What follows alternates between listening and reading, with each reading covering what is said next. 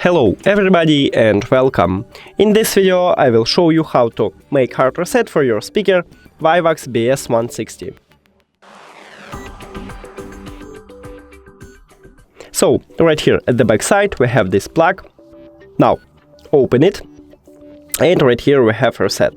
So I recommend to use some stick or something to press it. Now press and hold until the speaker is turned off. Here we go. Now, click the information icon or settings icon if you have Android. Forget this device, forget device. Also, if you have Android, click pair new device.